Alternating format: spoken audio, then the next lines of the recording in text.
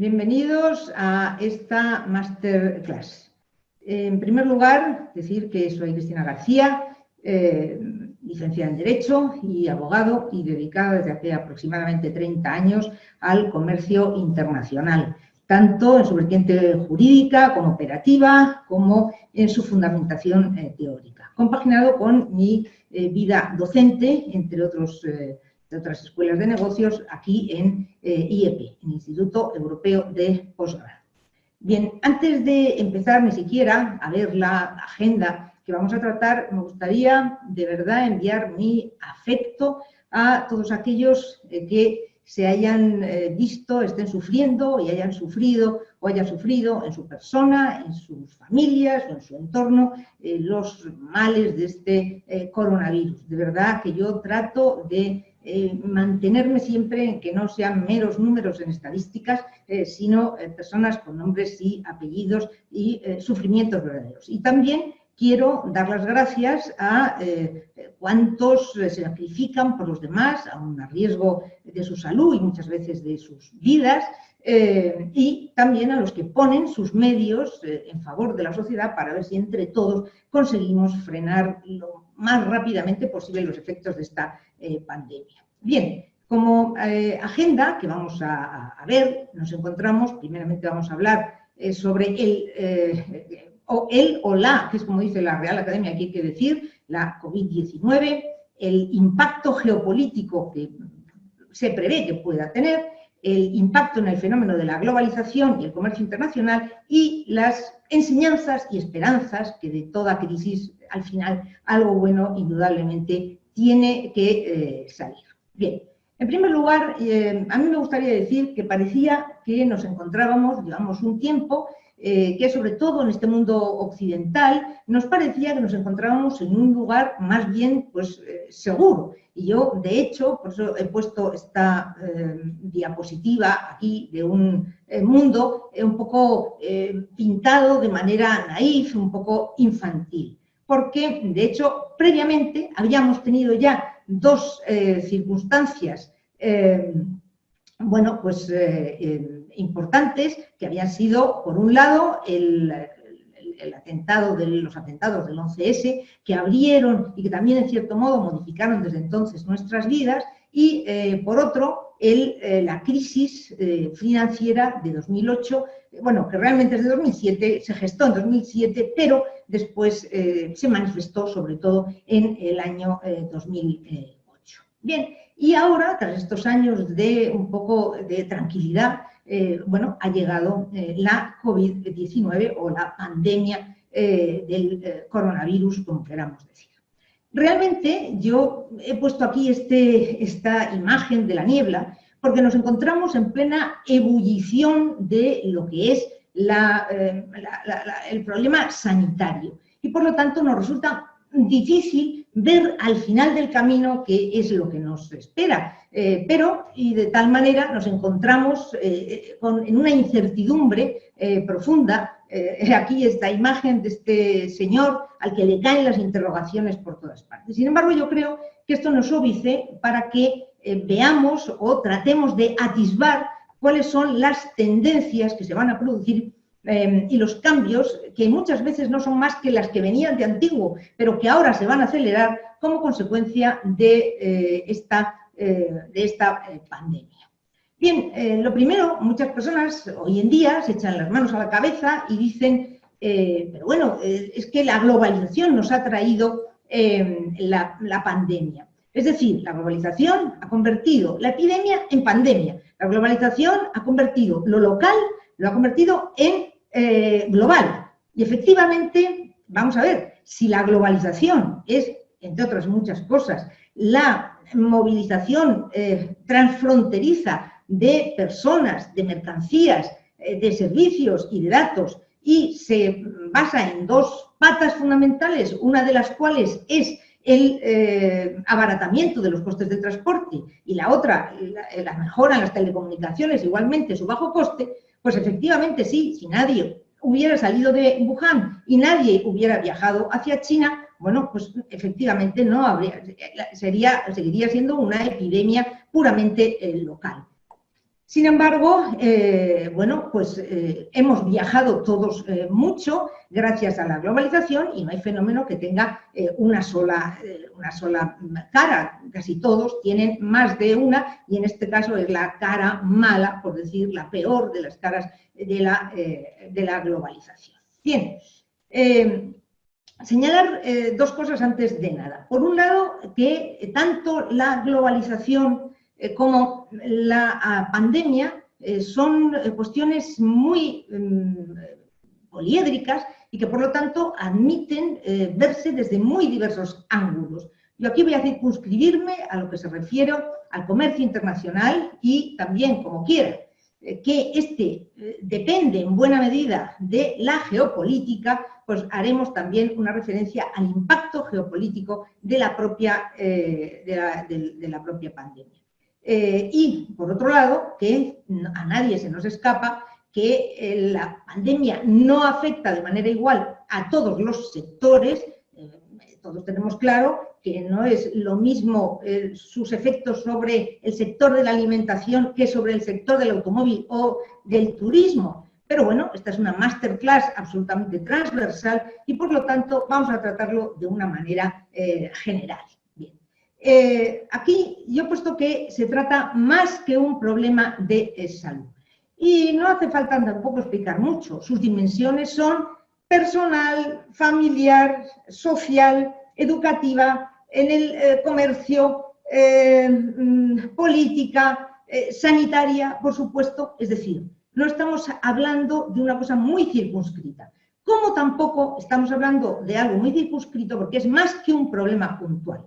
A diferencia de lo que ocurre, por ejemplo, con una catástrofe natural que se produce en un momento determinado y a partir de ahí, por grave que sea, sus efectos van hacia adelante, nos encontramos con que hay una asincronía tanto de índole temporal como geográfico e incluso en la intensidad. No ocurre, también dependiendo de las medidas que se aplican en unos y otros países, no ocurre en todos lo mismo, ¿no? Y por lo tanto en unos sitios se van recuperando, otros sitios siguen más deprimidos, ¿no? Este es un mapa que es del día 15, ahí está, el día que yo hice esta presentación, y bueno, habla de los casos acumulados hasta entonces. Pero si vemos aquí en esta gráfica, que es de la Organización Mundial de la Salud, vemos cómo se van sucediendo.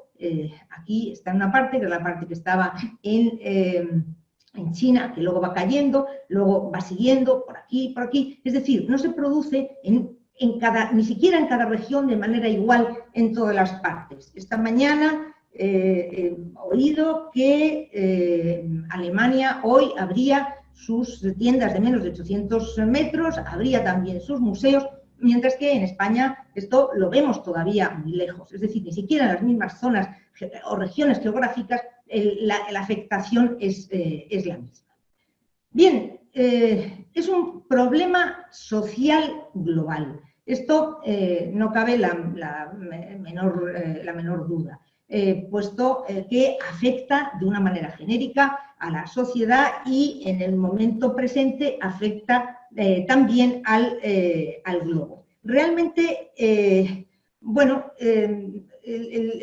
a un problema social global, el otro día escuché al expresidente del gobierno, Felipe González, que decía una cuestión que a mí me pareció muy interesante y que tenía razón, y ese es el motivo de que yo lo pusiera aquí. Él decía, a un problema social global le ha de corresponder una solución global.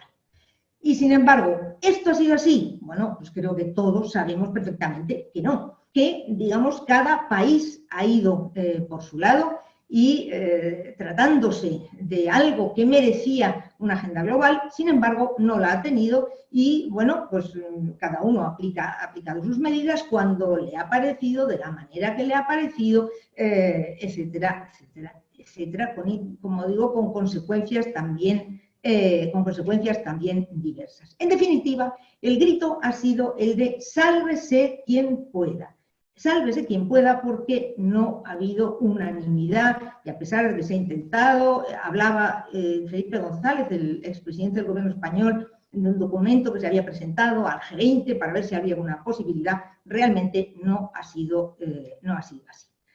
Bien, entramos entonces para ver el impacto geopolítico. Bueno, decir que muchas veces cuando nos encontramos ante una crisis, realmente lo que estamos haciendo es enfrentarnos a un espejo que nos devuelve nuestra imagen real, no la imagen que los políticos han querido hacernos ver, sino de verdad cómo somos y cómo estamos y qué pasa en los tiempos que no son de bonanza. A mí me gusta mucho una imagen que se estudia, bueno, que normalmente se aplica en gestión de stocks, ¿no? Y en la que un velero navega en un mar o en un lago con muchísima agua, que se supone que tenemos mucho stock. Entonces, en ese momento, pues las rocas, que son los problemas, están debajo. Sin embargo, mientras hay mucha agua, los problemas no se ven. El velero navega tranquilamente. Pero cuando el agua empieza a caer, que en nuestro caso sería cuando llega una gran crisis como la presente, entonces salen los problemas, emergen los problemas y a partir de ahí, pues bueno, nos tenemos que enfrentar con esa imagen que no nos parecía la más bonita. Es verdad que desde 1918 no se produce una pandemia, concretamente desde la mal llamada gripe española, que inició en Estados Unidos, pero que España informó mucho sobre ella, porque como se estaba en la guerra y España no había entrado, pues daba mucha información y por eso se llamó la gripe española, y desde entonces pues no habíamos tenido un fenómeno parecido. Ahora yo oigo hablar mucho en un lenguaje que es un lenguaje muy de guerra, ¿no? Y me imagino que a todos ustedes les pasará lo mismo. Oímos de luchar, de vencer, del enemigo, de las armas, de los héroes y sin embargo, esto no tiene tampoco nada que ver con una guerra. No hay hostilidad entre los países, por lo menos declarada, no hay hostilidad entre los países y por otro lado la movilización económica y social pensamos que, que no será de la misma entidad que la que ocurrió, por ejemplo, en la Segunda Guerra Mundial, ¿no? Desde luego no parece que vaya a ser así. Escuchaba a un afectado por el coronavirus que decía, no quiero y a un sanitario, que no quiero que nos llamen héroes, somos víctimas y somos trabajadores. Ese lenguaje bélico no se ajusta a lo que estamos padeciendo, aunque bueno, hay que reconocer que como metáfora pues está bien. Lo cierto es que geopolíticamente no se sabe si esto va a suponer un punto de inflexión, y un punto de inflexión quizá alejándose todavía más el eje político de Estados Unidos, ¿no? Quizá esa pueda ser una tendencia que efectivamente se vaya a acelerar y que al mismo tiempo la crisis sea un catalizador de una tendencia que también venía de antes, que era una tendencia a la regionalización y que más adelante veremos. Se dice, y yo he leído a varios estudiosos que estos días hablaban de un mundo más competitivo, de un mundo menos cooperativo y de un mundo más fragmentado. Bueno, en fin, esperemos que no sean las cosas tan así. Bien, vamos a analizar un poco en diversos puntos importantes qué es lo que pasa. En Estados Unidos hay una cosa clarísima, que es la dejación del liderazgo que siempre Estados Unidos ha mantenido en las crisis desde hace muchísimos años. Ese liderazgo Estados Unidos ha dejado de ejercerlo. Donald Trump, desde el primer momento que entró en la Casa Blanca, parece que dejó claro, voy a ocuparme efectivamente de mi país y lo de fuera, pues no me interesa tanto. En otras crisis, como la del SIDA o como la del ébola, fue precisamente Estados Unidos quien lideró la lucha contra esas epidemias, ¿no? También.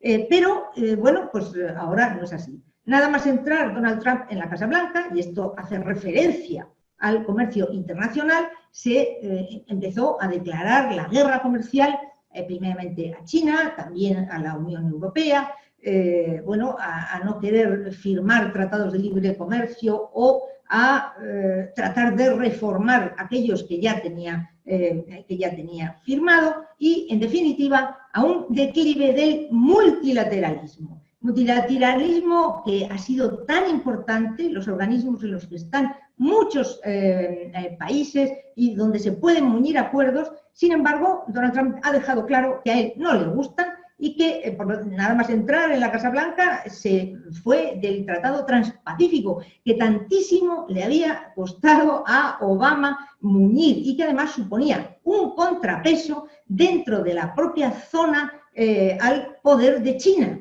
Era un tratado verdaderamente fundamental. Y, sin embargo, Donald Trump dijo que sinceramente no le interesaba. Ahora ha anunciado, no sé si ayer o antes de ayer, la retirada de los fondos de la Organización Mundial de la Salud por ese sesgo chino que tiene. Es verdad que la Organización Mundial de la Salud no se ha destacado por su gran intervención, y es verdad que apoyó a China cuando en un momento China bueno, pues no se estaba, por decirlo de una manera coloquial, portando muy bien.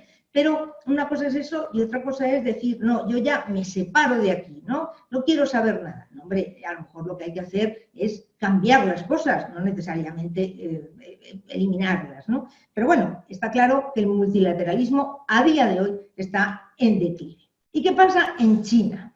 China es un actor indudablemente necesario, es un actor necesario en nuestro entorno global. Bueno, y de hecho, ¿qué vamos a decir si hemos dependido del suministro sanitario de muchos productos que necesitábamos y hemos dependido verdaderamente de China?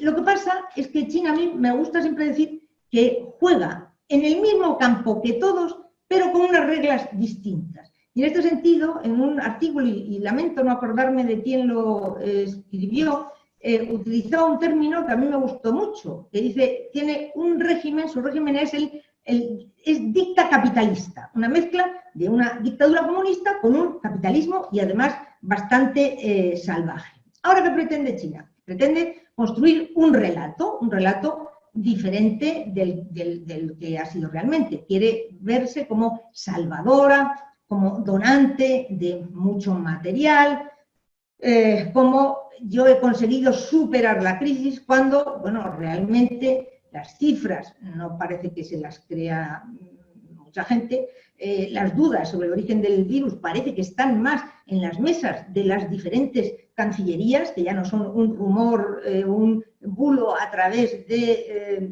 Internet. Bueno, por otro lado, en cuanto a los suministros, sabemos que se han vendido suministros, que la calidad en numerosas ocasiones ha sido pésima y que ha habido cancelaciones, ventas al mejor postor, y ha salido ese punto del comercio chino que era bastante desconocido para el vulgar de los mortales, quiero decir, para el público en general no se conocía. Por lo tanto, China puede liderar el mundo, como ha liderado antes Estados Unidos. Bueno, pues evidentemente no, porque además su utilización de eso que se llama el soft power, el poder blando, que a mí es una teoría que me encanta, no tendríamos tiempo aquí, pero si alguien está interesado, de verdad que lo lea porque es fantástico, que consiste en ejercer el poder en que otros quieran lo que tú quieres, pero sin forzarlo. Pues si fuerzas ya no lo van a querer, sino que no van a tener más remedio, ¿no? Y que no se consigue solamente con una burda propaganda como, bueno, pues jactándose de los demás o, bueno, encomiando sin parar a un líder, sino que, por ejemplo, en Estados Unidos puede ser a través de Netflix, de Harvard, de la Fundación Gates, de Google, en fin, de esto genera eso que se llama el soft power, que sin embargo China pues, es incapaz. Pero lo que sí que es cierto es que China es la más interesada en que la globalización de las mercancías continúe, en que el comercio internacional de mercancías continúe, porque ella ha salido muy favorecida. Y ahora, sin embargo, con una crisis económica, se va a encontrar también una dificultad, que es la de tener que parar o no invertir las mismas cantidades que antes en esos proyectos o megaproyectos como el de la Ruta de la Seda, que lo único que pretendían y pretenden es seguir fomentando la globalización en un momento en que a lo mejor había empezado a disminuir en lo que se refiere a las mercancías, ¿no? En fin, esta es un poco la idea de la posición de China en este momento. Bueno, en cuanto a la Unión Europea, ¿qué decir? Pues que respecto a la pandemia, su actuación, bueno, pues ha dejado bastante que desear. La Unión Europea, hay quien dice que vive en una crisis existencial, en que para ella sí que la crisis es verdaderamente endémica. A mí me da la sensación de que formamos, los países que estamos en la Unión Europea, formamos un matrimonio por interés y no un matrimonio por amor, ¿no? Sino que estamos todos ahí a ver, unos a ver qué sacamos, los otros a ver qué no dan, los otros, en fin, esta es un poco la idea. Verdaderamente la Unión Europea no tiene competencias en materia de salud, no tiene competencias en materia de cierre de fronteras, se dedica a sus tres cosas fundamentales, que son el espacio Schengen, la política económica y monetaria, y, por supuesto, al mercado interior. Y en ese sentido, al comercio internacional, bueno, pues tampoco, sobre todo a sus reglas sobre el comercio internacional, no le va a afectar tanto, sí en cuanto a la crisis que efectivamente se pueda producir. Pero lo que sí que es cierto es que dentro de la Unión Europea, a mí lo que sí que me parece que falta es el sentimiento de europeísmo, que no tenemos. Y es más, cuestiones como las de ahora, donde en el primer momento que Italia empezó, pues tampoco se veía mucha voluntad de ayudar, y de hecho ahí intentó meterse China, decir, bueno, yo vengo a salvaros cuando no lo hace vuestra propia Unión Europea. Cada país ha ido por su lado. Bueno, pues este momento es un momento duro. Siempre, lo que pasa es que la Unión Europea es muy resiliente y al final, en el último minuto se llegan a acuerdos, se liman asperezas y bueno, pues más o menos sobrevive, y yo desde mi punto de vista, ojalá que siga sobreviviente y ojalá que pueda seguir siendo una potencia, pero esto ya lo tengo un poco menos claro, eso es la verdad. Hace no mucho, porque además la Unión Europea es una especie de diplodocus que tarda en actuar, en moverse, es poco ejecutiva, sus órganos son colegiados, y el otro día escuché el discurso de un europarlamentario que decía que parecía mentira que China había construido un hospital con más de 1000 camas en menos tiempo que el que necesita el Consejo de Europa para convocarse, no para reunirse, sino para convocarse. Y claro, esto no resultaba muy ejecutivo, pero bueno, esta es la posición, ¿no? Bien, y en cuanto a Latinoamérica, bueno, cada país ha actuado también a su manera, bueno, como está ocurriendo en el mundo entero, y desde luego es difícil una actuación regionalizada. Es verdad que Latinoamérica tiene algunos de los países que son los que más tratados de libre comercio han firmado. Yo quiero recordar que son Chile y Perú, que tienen una cantidad de tratados de libre comercio enormes. Su principal cliente es China, el principal cliente de muchos de estos países es China. Bueno, hay mucha fragmentación política, hay mucha contestación social y al final los presidentes están priorizando en su agenda relativa a la COVID-19, están priorizando y poniendo todo su capital en riesgo y un poco sin red, porque hay que ver, esto supone un test de estrés para sus sistemas sanitarios, para sus aparatos del Estado y para la agilidad de sus administraciones públicas. En cualquier caso, es imposible hablar de una respuesta común de la región. Yo, desde luego, siempre me habría encantado y me encantaría una mayor unión entre la Unión Europea y Latinoamérica, ¿no? Me parecería una idea estupenda, pero claro, no soy yo quien dice sobre estas cosas, ¿no? Bien, por otro lado, y en cuanto a la gobernanza global, desde luego, está claro que epidemias y pandemias, bueno, pues ha habido muchas. También es cierto que nos encontramos ante una de una magnitud y en un contexto económico global complicado y para el que no existe una experiencia colectiva previa. Y por eso parece que era el momento de esa gobernanza global. Sin embargo, y por decirlo de una manera, vamos a decir, coloquial, parece que las instituciones se han puesto un poco de perfil. Se han puesto de perfil y, bueno, pues el G20 ha sido convocado por Arabia Saudita, bueno, la OCDE pues, ha hecho algunas cosas, pero más como para figurar.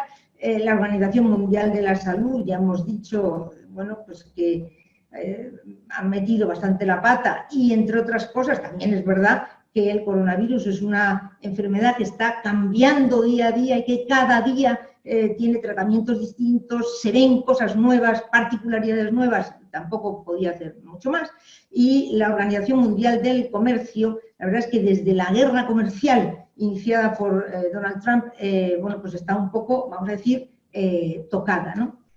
Bueno, yo he puesto, ahí he hablado sobre el Fórum Económico Mundial, también conocido como el Foro de Davos, pues sabemos que tienen esa reunión mundial todos los años, y porque quizá ahí sí que se reúnen las élites que tendrían capacidad para cambiar las cosas. Lo que ocurre es que, bueno, no tienen ejecutividad para hacerlo, pero yo sí que creo que sus tendencias habrían de ser tomadas en consideración. Bueno, y nos podemos preguntar, ¿y hacia dónde va este mundo, no? ¿Qué va a pasar con este mundo? Bueno, pues hay un autor que se llama, y aquí está, Ian Bremmer, que publicó este libro y que estableció la idea del G0. G0, ¿por qué? Pues por decir, hablamos del G20, que son demasiadas tendencias para que se pongan de acuerdo en grandes cosas. El G7, que esta vez ha sido convocado por Francia, contrario de lo que solía ocurrir antes, que siempre, muchas veces quien lo convocaba era Estados Unidos, pero como hemos dicho, ha hecho dejación de ese liderazgo. Bueno, se pensó en un G3, formado por Japón, Estados Unidos y la Unión Europea, como para establecer la agenda global y liderar esa agenda global. Incluso en un G2, a ver si es posible que se unan China y Estados Unidos y un poco entre los dos, pero bueno, eso está claro que es misión imposible, como se suele decir. Bien, Ian Bremmer establece, y lo tengo aquí escrito para leerlo directamente y no equivocarme, dice que el G0 hace referencia a un vacío emergente de poder, creado por la disminución de la influencia occidental y el incremento del enfoque nacionalista. Dice, bueno, lo que trata es de explicar un mundo en el que no hay un país o un grupo de países que tenga la capacidad y la voluntad económica y política de impulsar una agenda verdaderamente global. Bueno, pues podríamos decir que estamos ahí, en el G0, aunque formalmente tengamos el G7 y el G20, pero no parece que haya un liderazgo. Y todo va a depender mucho, hacia dónde va el mundo, va a depender mucho de las elecciones norteamericanas. ¿Por qué? Pues porque si gana Donald Trump, bueno, pues seguirá manteniendo su política, esto está claro, y sin embargo, si gana Joe Biden, pues las cosas probablemente cambiarán. Y de ahí, si no, nos iremos siempre escorando hacia Oriente, ¿no? Así es que de ahí nos dependen muchas cosas. El otro día, escuchando una conferencia virtualmente de un profesor de historia contemporánea especializado en temas norteamericanos, decía, bueno, que a día de hoy parece que tiene ventaja Joe Biden, pero por otro lado, estas elecciones que seguramente no se celebrarán en persona, sino que se celebrarán por correo, etcétera, pues que probablemente beneficien a Donald Trump. Ahí no podemos ya decir nada más. Pero yo pienso también otra cosa, que son, ¿y las multinacionales? Vamos a ver, creo que su papel y su concepto entre todos nosotros ha cambiado con esta crisis. Yo, desde luego, lo veo a mi alrededor. Bueno, yo he elegido estas que tenéis aquí no por nada, sino porque en un índice que se llama el índice Gartner sobre cadenas de suministro globales, los cuatro primeros puestos las ocupan estas cuatro multinacionales. Y por eso he elegido estas y no otras, ¿no? Bien, ¿y por qué digo esta importancia? Pues porque nos hemos dado cuenta cómo son las que han sido capaces de gestionar esos suministros que nos tenían que llegar de una manera muchísimo más ágil, muchísimo más rápida y encima lo han donado esos suministros que tenían que venir de China y que los gobiernos no sabían cómo traer y, bueno, y sin embargo eran las multinacionales las que sacaban a flote muchas cosas de las que los gobiernos eran incapaces. En este caso, yo no quiero decir que gobiernen las multinacionales, no. Lo que quiero decir es que deberíamos contar con ellas en esa gobernanza global. A mí me parece que tienen que tener un papel y, bueno, lo veremos más adelante. Y, bueno, y he puesto estos ejemplos, pero son muchísimos. Sería imposible citar aquí todas las empresas que se han puesto manos a la obra a cooperar en esta crisis del coronavirus. Y por eso me parecía interesante incluirlas y después pensar en si en esos organismos que tienen que nacer o que tienen que llegar de otra manera, bueno, pues si quizá interesaría introducir también a las multinacionales. Bien, y con esto llegamos al momento de hablar sobre la globalización y el comercio internacional. Yo he puesto aquí abajo aceleración de tendencias. Bien, ¿por qué? Porque en realidad lo que parece es que se va a continuar con aquello que venía existiendo, pero de una manera más rápida y más provocada por esta crisis.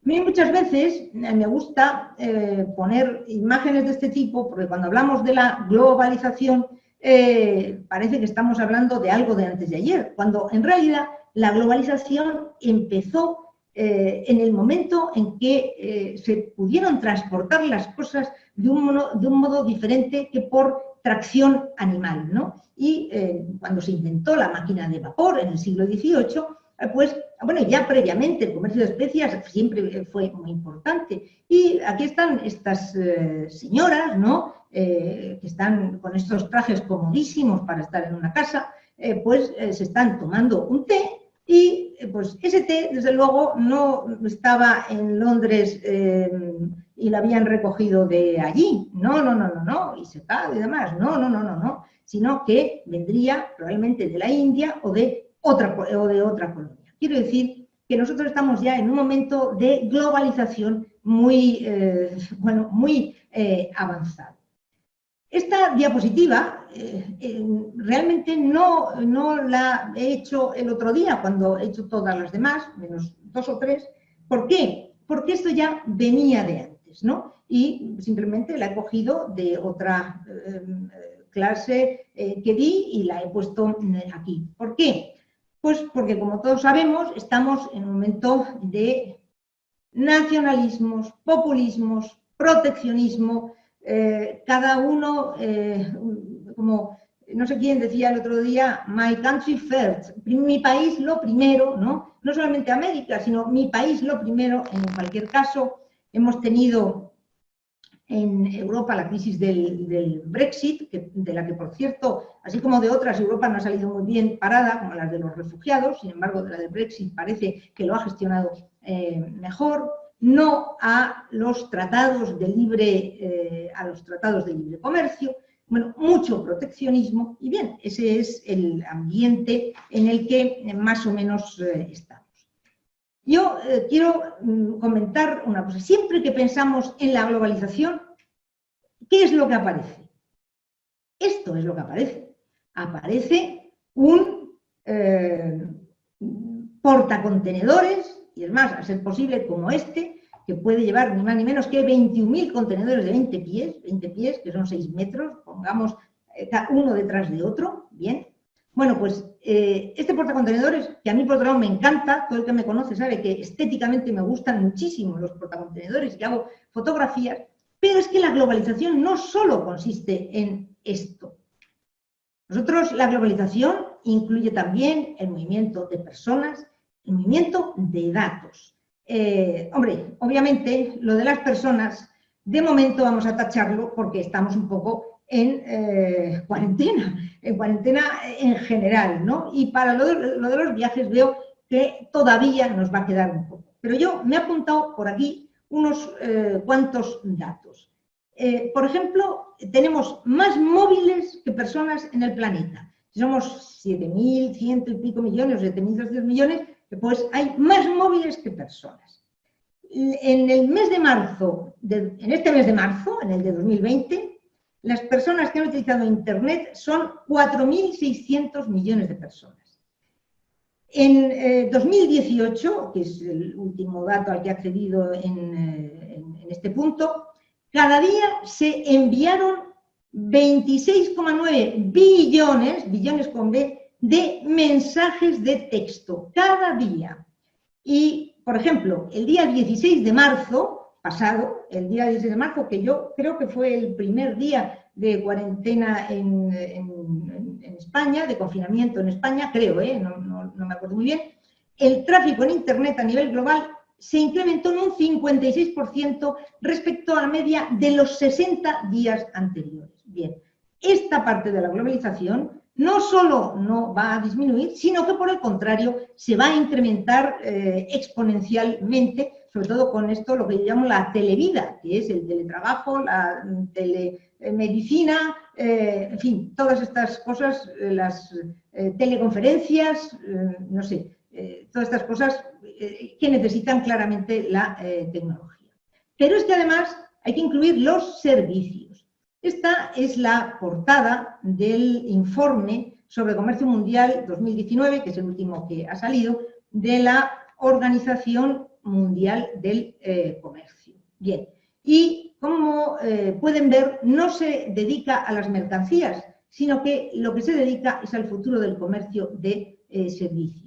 Y esta es la evolución, hasta 2018, que es lo que estudia este informe, la evolución, el crecimiento del comercio internacional de servicios respecto al comercio internacional de mercancías. La línea azul son las mercancías, la línea naranja son los servicios, que como se ve crecen mucho más. Y que además son la columna vertebral de la mayoría de los países desarrollados, donde la media del PIB que ocupan los servicios es de un 75% y cada día van a más en los países en vías de desarrollo. Bueno, se suelen tratar menos, primero porque los servicios son más complejos y, bueno, porque es verdad que siempre nos estamos imaginando ese portacontenedores lleno de mercancías, que es lo que parece que tenemos cerca. Pero todos conocemos, por ejemplo, esta servificación de las cosas que se está produciendo ahora. Es decir, se desdibuja la línea, vaya, he puesto 2 veces la línea entre bienes y servicios. Nosotros antes comprábamos un disco y ahora, sin embargo, bueno, lo de comprar un disco, esto ya quedó, yo qué sé, para los que, como yo, somos del Paleolítico inferior, pero verdaderamente comprar un disco, ya ni siquiera te compras la canción en iTunes o en cualquier otra plataforma, sino que ahora lo que haces es suscribirte a una cuenta de Spotify. Pero es que General Electric, en su vertiente de aviación, en su departamento de aviación, ya no vende los motores de los aviones, sino lo que hace es una especie de renting y se paga por horas de funcionamiento de los motores. Horas de funcionamiento de los motores, incluye el servicio, etc. Y hace poco leí que Bosch, la empresa alemana, ahora dice, ¿quiere usted de verdad tener una lavadora o usted lo que quiere es tener ropa limpia? Hombre, si a mí me dicen eso, yo lo que quiero es tener ropa limpia. Entonces me dicen, bueno, pues yo no le vendo a usted la lavadora, no, sino que usted me paga en función, pues no sé si será del número de lavados o del número de horas. En África han sacado ya una campaña en este sentido, donde venden calderas para agua caliente que utilizan varias familias y que se cobran en función de su utilización, ¿no? Bien, hay que decir que en el tema de los servicios el freno no son los aranceles, como ocurre con las mercancías, es decir, el proteccionismo no va por esa vía, sino que el proteccionismo va más bien por la vía de la reglamentación. ¿Por qué? Pues porque si, como ocurre, por ejemplo, en algunos hospitales estadounidenses, se utilizan radiólogos indios que están en la India, para que examinen y hagan los informes de las pruebas de imagen, de radiografía, resonancias magnéticas, TACs, etcétera. Bueno, ¿qué se hace? El paciente se hace la prueba, se envía por vía telemática a la India, donde un radiólogo indio, bueno, lo estudia. Claro, obviamente este radiólogo indio tiene que estar homologado para que pueda emitir ese informe en Estados Unidos, ¿no? Por eso digo que las limitaciones van más por la vía de la reglamentación que por la vía de los aranceles, que en esto no tienen, nada que ver. Bien. Por otro lado, hay que hablar ahora sí de las mercancías. Y para hablar de las mercancías sí que hay que ver, sí que ponemos esta imagen de este precioso buque portacontenedores, ¿no? Y a mí me gusta, he cogido varias etiquetas de cosas que yo tengo aquí en mi casa, donde estoy, pues de ropa. Pues a ver, esto está hecho en Vietnam, ¿no? Bien. Esto es la tinta de la pluma que uso, que está hecha en Austria. Por cierto, me he enterado ahora, yo no lo sabía, que Montblanc, la empresa Montblanc, es austriaca. Yo creía que era suiza, pero bueno. Esto está hecho en España. Esto es mi teclado. Uso un teclado mecánico que está hecho en Taiwán. Esto está hecho en Portugal. Y esto está hecho en Italia, y además comprado en Italia, porque me lo compró una sobrina mía que es italiana. A ver, esto y esto pertenecen al mismo grupo Inditex del que hemos hablado antes. Uno es de Zara, el otro de Zara Home y el otro de Massimo Dutti, para ser más exactos. Y si ustedes ahora mismo en su casa se ponen a mirar alrededor y empiezan a ver las cosas que tienen, no digamos ya lo que se hace referencia a la tecnología, sino la ropa, algunos adornos, un montón de cosas, a lo mejor cuadernos, yo qué sé. Bueno, pues muchas de esas cosas resulta que no están hechas en su país, sino que vienen de fuera. Hasta un punto que yo hace unos años fui, por una casualidad, a un productor de melones en un pueblo que hay cerca de Madrid, donde hay muy buenos melones, que se llama Villaconejos. Bueno, pues en ese sitio yo le comenté, son unos melones buenísimos, y a mí me gusta mucho, y le comenté al dueño del centro, digo, hay que ver cómo consiguen ustedes que ahora sus melones estén todo el año en las fruterías. Y dice, uy, pues nada, muy fácil, nosotros plantamos aquí, luego los llevamos a Brasil, maduran en Brasil, y luego los volvemos a traer aquí y los llevamos a las fruterías. Claro, yo no sé si eso llega a un momento que verdaderamente nos parece un poco una locura. Hemos creído ya que todo era posible. Pero el año pasado, creo que fue el 24 de enero, si no me equivoco, The Economist publicó esta portada, ¿no? Donde hablaba de la globalización, es decir, una globalización un poquito más lenta, ¿no? Bueno, lo hacía en relación, lo comentaba, decía que la globalización se iba a ralentizar.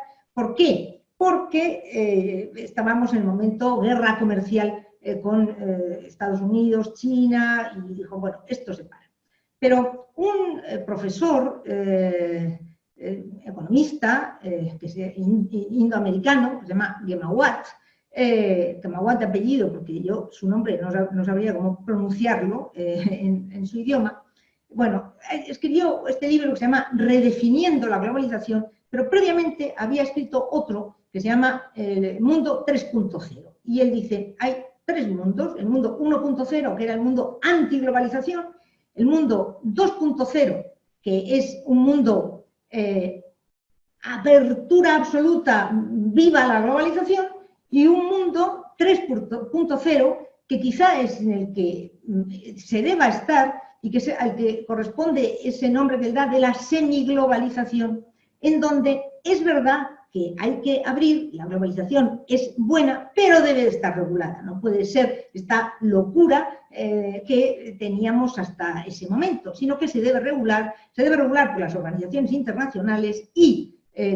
luego los estados aplicar lo que esas organizaciones dicen, cosa que no es tan corriente. Muchas veces las organizaciones dicen y luego los estados hacen absolutamente lo que quieren.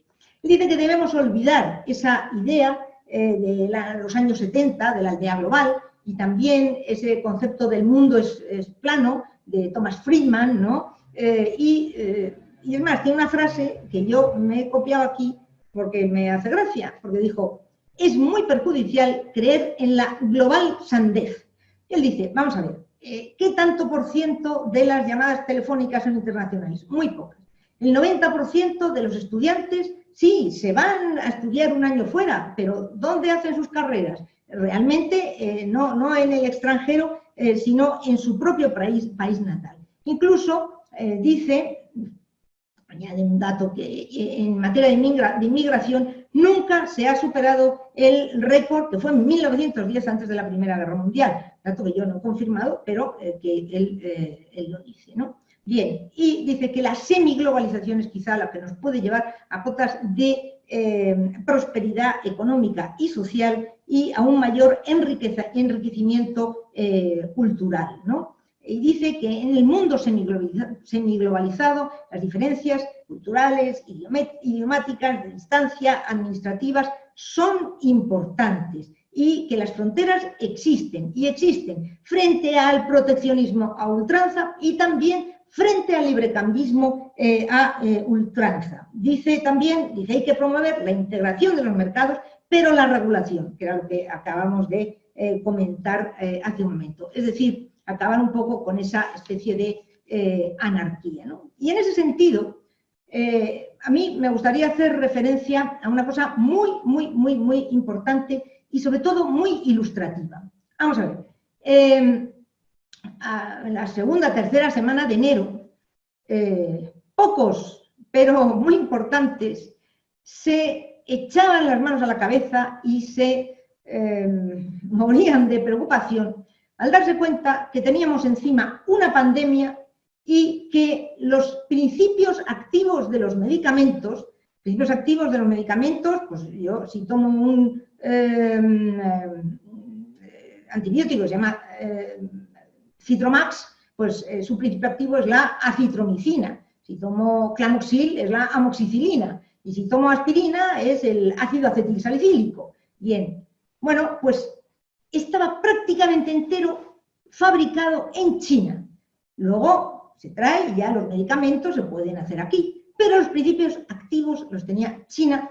Bueno, pues ¿por qué? Porque las empresas han ido deslocalizando en China, incluso esto de una manera verdaderamente desmesurada. Y claro, el peligro ¿cuál era? Y sí, China, que muchas veces puede castigar por motivos políticos o de tipo que sea, dice, oye, pues ahora yo lo restrinjo. De la misma manera que, por ejemplo, el 80% del paracetamol se fabrica en India. En India, en esta crisis, hubo un momento en que pensó, ¿sigo mandando paracetamol o lo voy a necesitar para la cantidad de millones de personas que tengo? Bueno, porque se ha puesto todo en esas manos.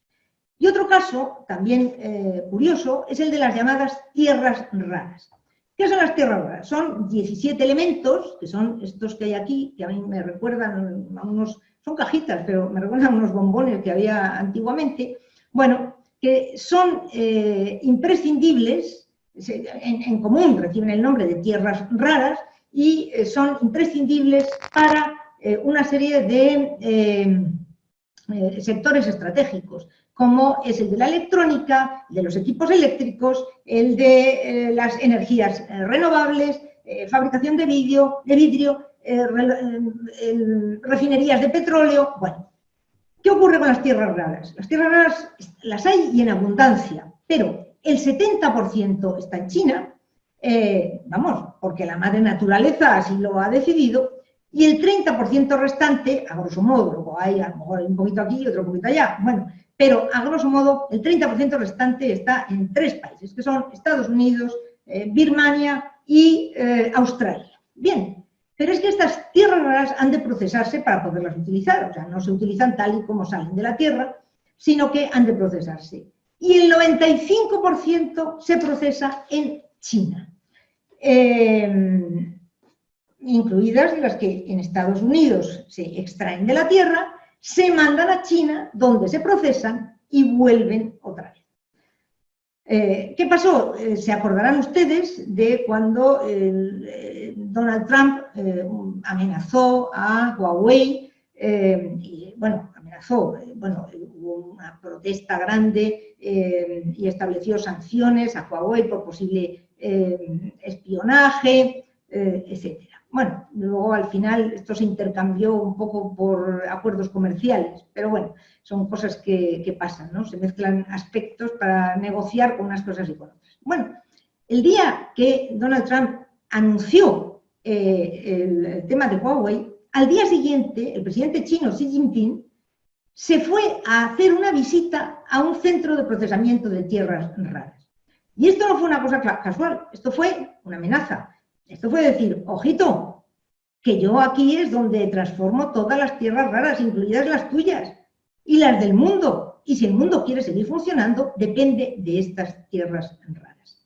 Bien, estos son 2 ejemplos de cómo no se ha tenido cuidado en sectores estratégicos de hacerlo de una manera diferente. Y vamos al tema de las cadenas de suministro globales. Yo he puesto aquí esta cadena de un Boeing 787, bueno, pues porque tiene un dibujo simpático, es agradable de ver. Claro, evidentemente es poca cosa, porque es como un poco el fuselaje, las alas, el timón, y vemos que hay pues de Italia, Corea, Japón, Estados Unidos, Canadá, Suecia, UK, que fabrica los motores, Rolls-Royce, Francia, por aquí, bueno. Pero seguramente si yo ahora mismo viera la cadena de suministro de un escáner que tengo aquí, la cadena de suministro de una impresora o la cadena de suministro de mi teléfono, que además es un iPhone y está en internet en el momento que ustedes la quieran ver, verán cómo cada cosa viene de un sitio. Bien, El otro día, en una mesa redonda con directores de cadenas de suministro, bueno, pues la verdad es que me resultó interesantísimo porque hablaban un poco a corazón abierto, ¿no? Y ellos decían que estas cadenas de suministro largas y estrechas, y en las que además había muchas capas, porque yo compro a un proveedor chino, pero ese proveedor chino a su vez tiene otro que es el que le vende no sé qué, y ese a su vez tiene otro, de tal manera que no sabemos dónde estamos. Bien, ellos decían lo siguiente, decían, hemos creado cadenas para un entorno estable, es verdad. No hemos contemplado otros escenarios posibles. Y decían una cosa que tenía mucha razón. Sí, es verdad, se hacen planes de contingencia, pensamos en otras cosas, pero al final estamos en nuestra zona de confort y como un día no pasa nada y al día siguiente tampoco y al día siguiente tampoco, pues sí, se hacen esos informes, pero se hacen un poco de aquella manera, ¿no? Decían, tenemos cadenas muy sofisticadas y complejas para un mundo interconectado con flujos globales. Efectivamente, aquí cualquiera, una cuñada mía que de repente le ha dado por hacer alpargatas, pues en vez de comprar la tela aquí, pues sin embargo se va y la compra en la India. Quiero decir, en un negocio que es absolutamente pequeñito y bueno, pues así, ese es el mundo en el que vivíamos y esas son las cadenas de suministro, ¿no? Decía uno de estos directores de cadenas de suministro importantes, decía, estamos en tierras desconocidas, pues descubrimos de manera violenta que no somos tan poderosos, que nos lo creíamos, y que hemos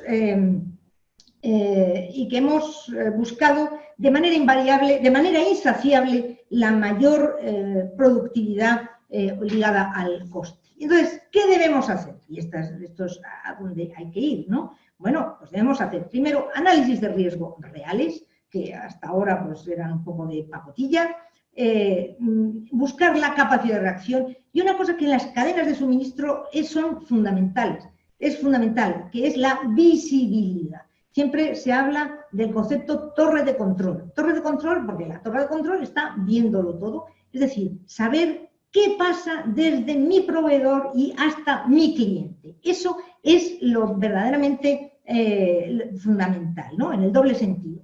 Por otro lado, colaboración. Yo hace un año y pico o algo así hice un curso online en la Universidad de Leiden en Holanda y la directora de la cadena de suministro de Unilever, ni más ni menos, insistía siempre en la necesidad de esta colaboración entre cadenas. No vayamos a subastas de cadenas de suministro que me lo den a mí, que lo hago mejor, sino vamos a unirnos y obtendremos siempre sinergias. Por otro lado, cercanía a los proveedores y cercanía en el doble sentido, en el físico y también en ese típico tópico de estamos juntos y en el mismo barco. La información en tiempo real, que ahora se decía, sí, tenemos información en tiempo real, y ahora reconocen, no, la verdad es que no la teníamos. Y utilización real de la tecnología.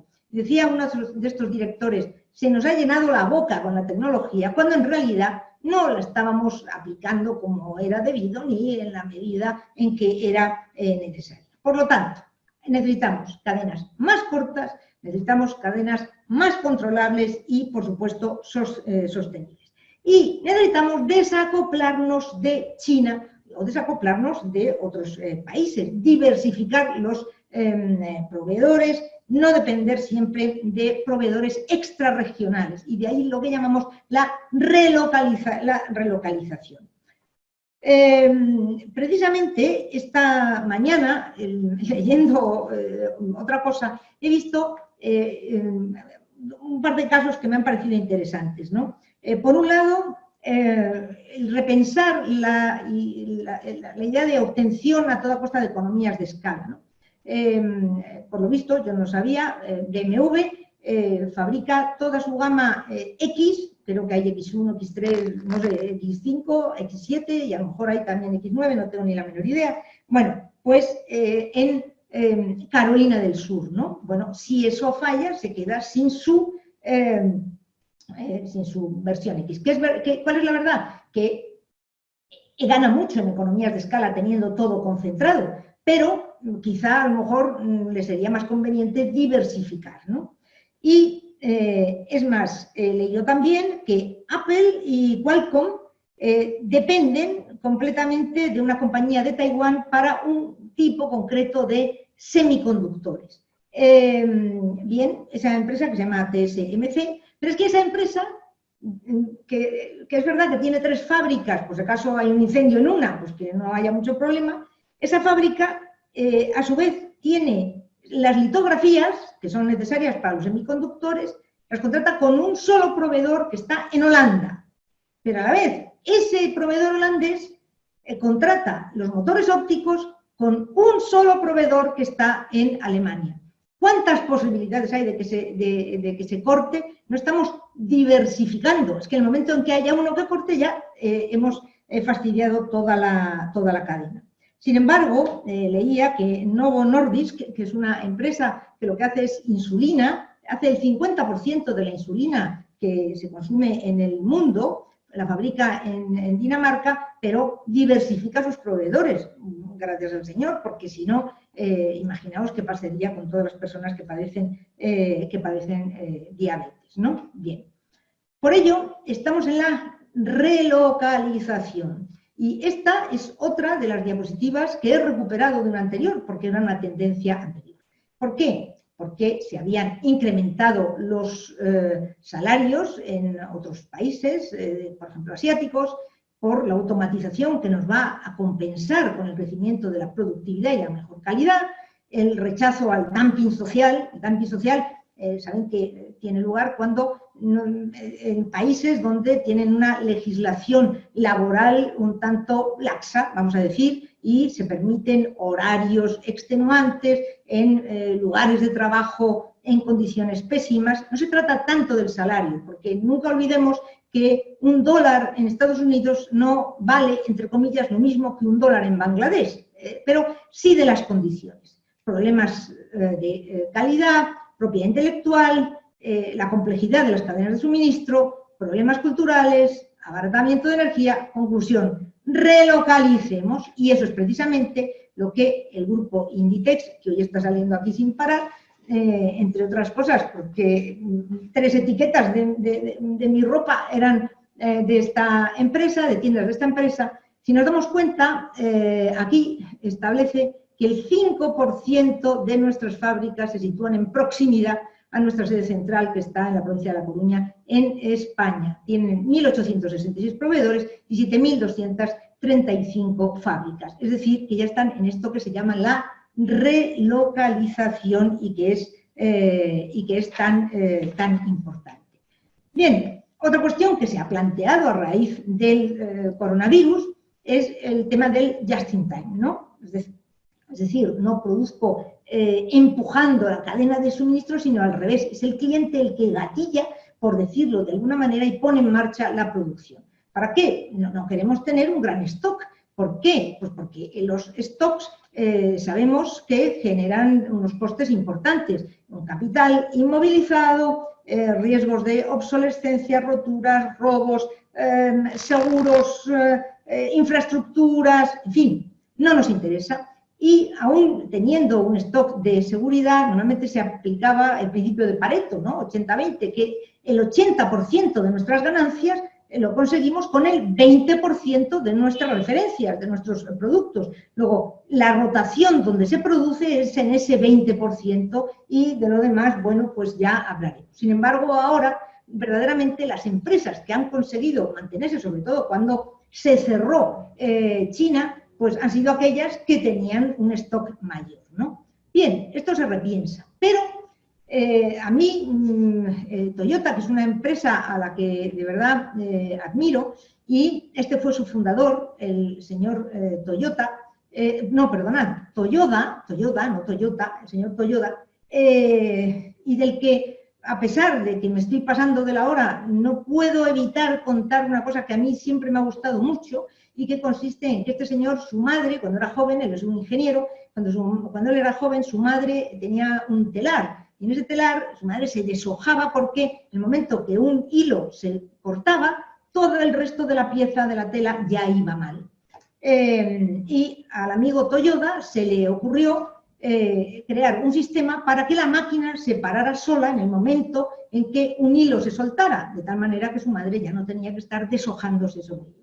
Y de este modo, no solamente me gusta la anécdota por lo de la madre, sino me gusta porque se inició la separación del hombre y la máquina. El hombre no tiene que estar siempre mirando la máquina, sino que la máquina se para cuando tiene algún fallo, cosa que me parece importantísima. Bueno, Toyota, que es la creadora verdaderamente del Lean Manufacturing, del Just in Time, bueno, sin embargo, ha sabido siempre que eso de las cadenas muy largas y estrechas, cadenas de suministro, no era bueno. Y de hecho, en sus propias plantas de fabricación suele dejar espacio para sus propios proveedores.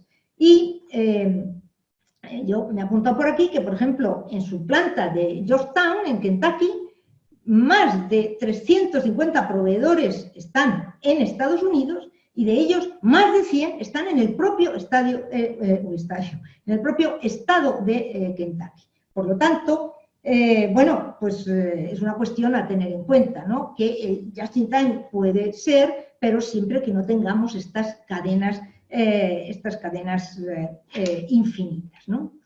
Bien, sectores beneficiados. Y ya prometo que no nos queda mucho, entre otras cosas porque me echarán si es que alguno de ustedes sigue todavía ahí y no se ha aburrido ya y se ha ido.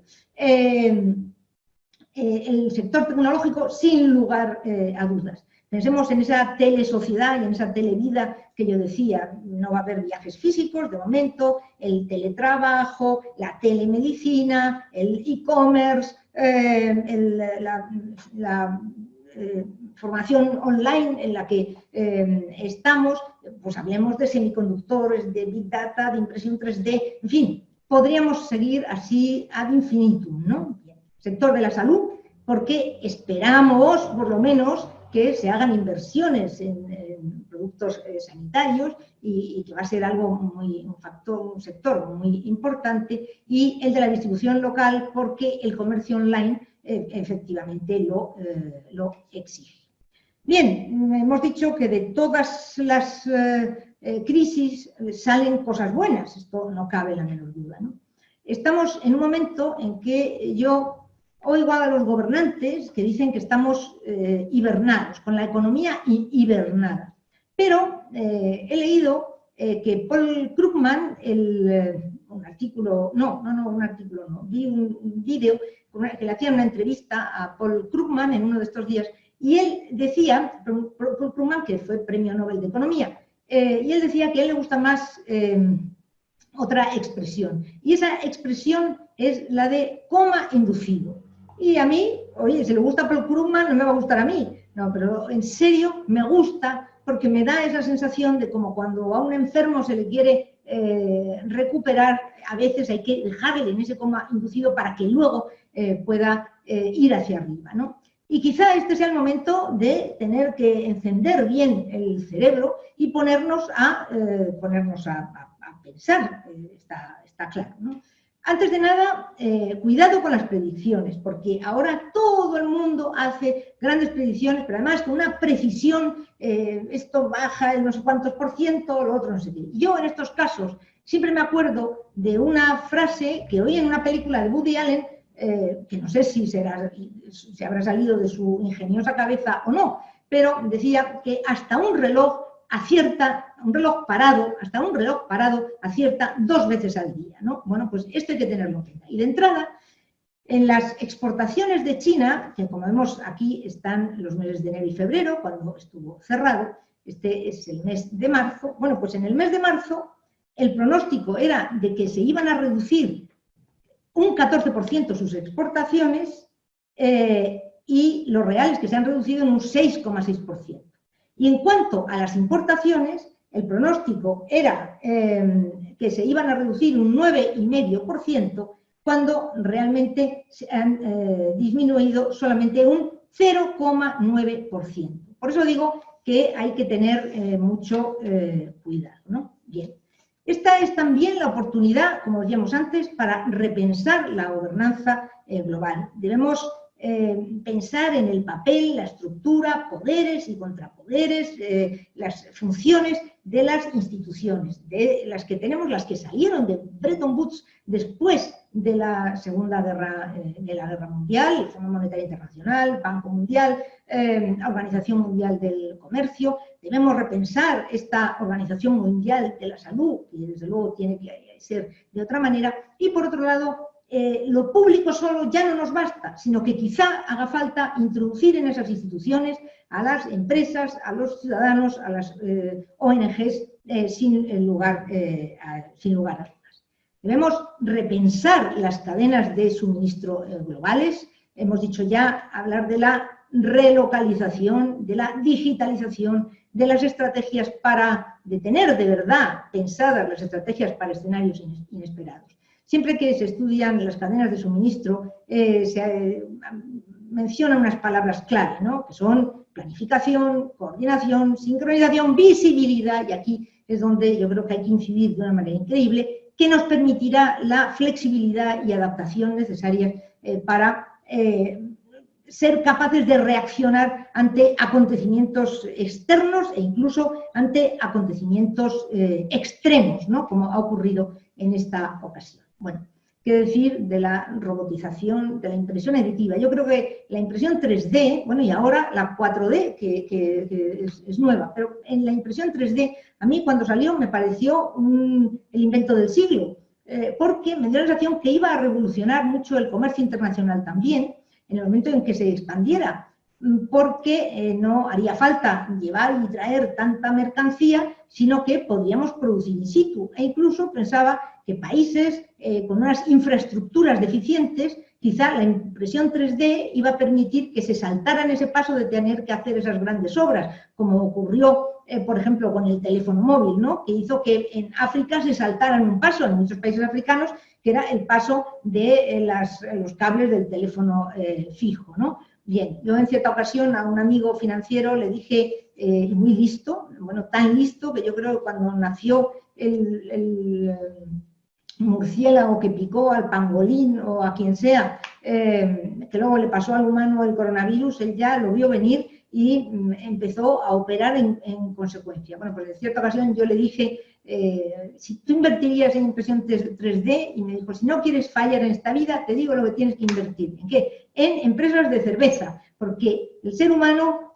pase lo que pase, al final siempre se tomará una cerveza. Pero bueno, es verdad, la inteligencia artificial, el Big Data, todo esto yo creo que ahora va a ir mucho más adelante. Y sobre todo, había un principio que sabemos todos desde pequeños, que siempre nos decían, no se deben poner todos los huevos en el mismo cesto, sino que por el contrario debemos diversificar. Y exactamente de eso se trata. Ni en el mismo cesto de un solo país, ni en el mismo cesto de un solo proveedor, porque estamos corriendo un riesgo verdaderamente innecesario. Más cosas buenas, la alfabetización digital. ¿Cuántas personas que antes ni siquiera compraban por internet, ahora lo hacen? Yo siempre he sido una fan, soy de las pocas mujeres que no les gusta ir de tiendas, pero muchas personas no lo hacían. ¿Cuántos que antes no sabían utilizar Zoom, esta plataforma, que por cierto he visto cómo está subiendo de valor minuto a minuto casi? Bueno, pues cuántos, sin embargo, ahora lo hacen. El e-commerce, que ha venido para quedarse, bajará un poco respecto a lo actual, pero ha venido para quedarse. La digitalización empresarial, pero de verdad, porque ahora es cuando nos hemos dado cuenta, cuando hemos dicho, nada, teletrabajo, ¿cuántas empresas de verdad estaban preparadas para el teletrabajo? Pues lamentablemente muchas no. Yo creo que a partir de ahora sí que tendrán esa contingencia y por otro lado será mucho mayor la experiencia en teletrabajo y se seguirá teletrabajando, lo cual mejorará al mismo tiempo, en el caso de España, esa España vacía o vaciada de la que hablamos, pues se podrá vivir un poco más donde se quiera. Y para terminar, y como no, la formación online, de la que orgullosamente formo parte. Y digo orgullosamente, yo doy clases presenciales y doy clases online. Como se suele decir en el lenguaje coloquial, todo tiene su punto. Pero es verdad que la distancia física es interesante, pero yo siempre pienso que la formación online permite una cosa que en la otra es impensable.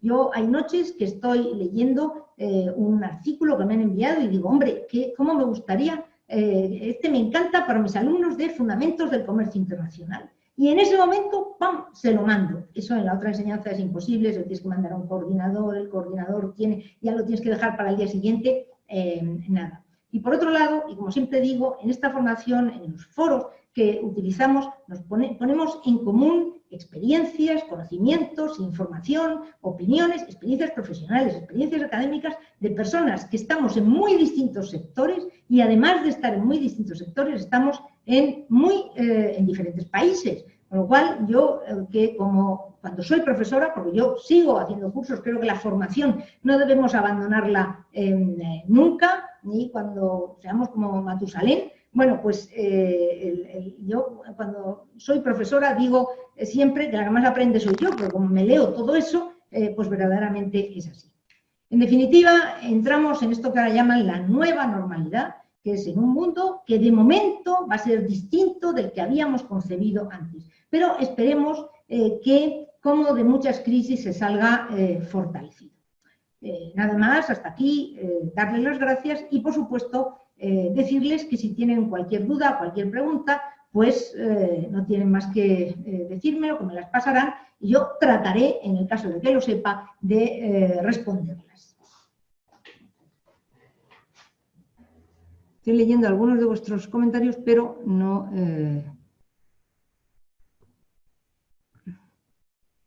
me están diciendo otra cosa. Están diciendo, Cristina, no da tiempo a preguntas. No me dicen que soy una pesada, pero prácticamente. Bien, si queréis todas las preguntas, las podéis enviar a la institución, las podéis enviar al centro y yo, bueno, pues en breve, a medida que vaya pudiendo, os las iré comentando. Bueno, nada más que hasta aquí. Daros muchísimas gracias por vuestra atención y, bueno, pues siento haberme pasado de la hora de esta manera, cosa que por otro lado yo intuía, porque quien me conoce sabe que hablo muchísimo. O sea que, nada más, hasta aquí me despido de todos ustedes y muchísimas gracias por su atención. Un fuerte abrazo y, por favor, cuídense.